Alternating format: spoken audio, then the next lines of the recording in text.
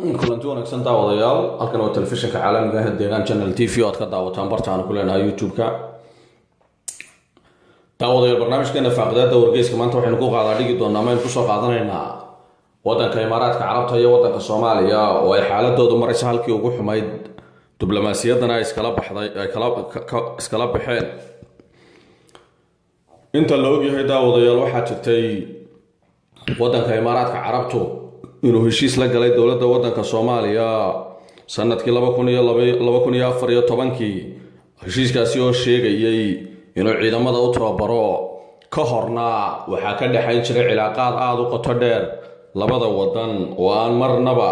la filaynin inuu wiiqmo. waxaana Imaaraadku wadanka Soomaaliya keenay tababarayaal ciidamo badan oo tababarayaal waxaanu ka dhistay safaaradda ugu weyn wadanka Soomaaliya wadanka caalamka ee labaad ayuu ka dhistay magaalada Muqdisho. waxaanu gelin jiray dhaqaale badan waxaana inta badan ku tiirsan ganacsatada Soomaalida iyo dhaqaalahooda ayaa isna ku tiirsan suuqyada Imaaraadka Carabta. haddaba waxa ay sheekadu isbedeshay markii khaliijka uu ka qarxay khilaafkii u dhaxeeyay Qatar iyo khaliijka intiisa kale oo dacala. dowladda Soomaaliya ayaa iyadoo u hamranaysa wadanka Turkiga oo xulufo dhow ay noqdeen muddooyinkii u dambeysay waxa ay sheegtay inay tahay dhexdhexaad. taasina waxa ay geeysiisay baa la leeyahay inay meesha ka Imaaraadka iyo wadanka Imaaraadka Carabta iyo Sacuudiga oo dhinacina ay cadaadis saaraan dowladda Soomaalida. cadaadiskiina sidoo marba u sii durkayay ayuu maanta waxa uu marayaa halkii ugu xumayd cilaaqaad laba wadan yeeshaan. haddaba daawadayaal waxaa jirta inay ciidamadii tababarayaasha ka ahaa wadanka Soomaaliya iyo ciidankii ay gacanta ku hayeen oo lagu qiyaasay ilaa 10,000 oo askari oo Soomaaliya oo ay mushahar kala siinayso dowladda Imaaraadka Carabtu iyo tababarkooda iyo qalabkoodaba ay go'aansadeen wadanka Imaaraadka Carabtu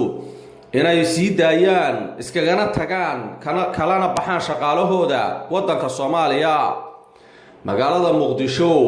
ayay toddobaadkan gudihiisii qaar intoodii badneed kala baxeen shaqaalahoodii kadib markii laga xanibay dhaqaalihii ay u sideen ciidamada Soomaaliya iyo waliba mushaharkii kale ee ay u sideen tababarayaasha caalamiga ah ee meesha joogay iyo kuwa Imaaraatiyiinta aba. waxaana warku intaa ku darayaa toddobaadkan maalintii shalay inay ka baxeen magaalada Boosaaso oo ay ku lahaayeen saldhig aad u weyn oo ay hore ugala wareegeen shirkad la oran jiray Sarasayn oo calooshood shaqaystayaal ah oo laga lahaa wadanka Koonfur Afrika oo halkaasi degay 2012. waxaana shirkadaasi markii qaramada midoobay ay mamnuucday ee sheegtay inay jabisay cunaqabatayntii Soomaaliya saarneyd ay saamigii shirkadaasi iibsaday wadanka Imaaraadka Carabta oo ay xidhiidh wanaagsan lahaayeen wadanka Soomaaliya. waxaana meeshaasi ay gacanta ku haysay baa la leeyahay ciidamo ku dhow 4,000 oo askari si fiicanna u qalabaysan mushahar fiicanna ku qaadan jiray badana inta badan ka nadiifiyay baa la yiri burcadbadeedii ka qaraaban jirtay badaha Puntland. waxaana warku inta uu ku darayaa bixitaanka ay Imaaraadku ka urursadeen xamaamadoodii iyo tababarayaashoodii in lagala haray wixii qalab meesha u yaalay ay lahayd dowladda Imaaraadka Carabtu. taasina baa la yiri ay noqonayso mid xadguduba oo ay Soomaaliya ku tallaabsatay kuna cadaadisay wadanka Imaaraadka Carabta. waxaana la sheegayaa shaqaalihii joogay halkaasi ee Imaaraatiyiinta iyo ajnabiga isugu jiray ee Imaaraadku ay soo daadgureeyeen in loo soo daadgureeyay magaalada Berbera halkaasi ay ka samaysanayaan saldhig aad u weyn dowladda Imaaraadka Carabtu. waxaana warku intaa ku darayaa inay dowladda Imaaraadka Carabtu imika xooga saarayso cilaaqaadka ay la leedahay Somaliland oo ay dhawaan heshiis kala saxiixdeen shirkad laga leeyahay wadankaasi iyaguna dowladuna ay ka kireysatay baa la yiri saldhig ciidamadeeda ay ku tababari doonto. waxaana tani ay noqonaysaa fashil weyn oo soo wajahay diblomaasiyadda wadanka Soomaaliya oo 60kii sane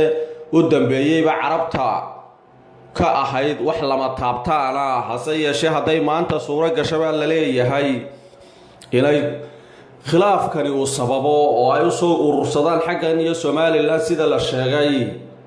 inay taasi noqonayso aqoonsi buuxa ay siiyeen Somaliland oo waxyeello weyn ay ka soo gaari doonto dalka Soomaaliya maadaama waddankiiba la leeyahay laba loo kala qaybshay daawadayaal waxaa iyaduna la xasuustaayo jira inuu madaxweynaha waddanka federaalka Soomaaliya Maxamed Cabdullaahi Farmaajo uu joogo magaalada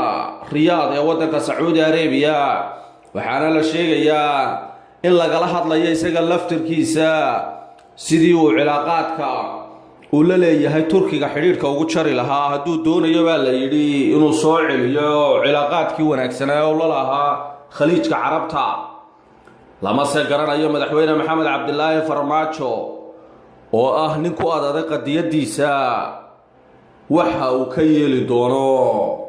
daawadayaal halka doorka kala socotana waa telefishinka caalamiga ee Deegaan Channel TV wixii wareer ka soo kordhana waxaan idinku soo gudbin doonaa barnaamijyada dambe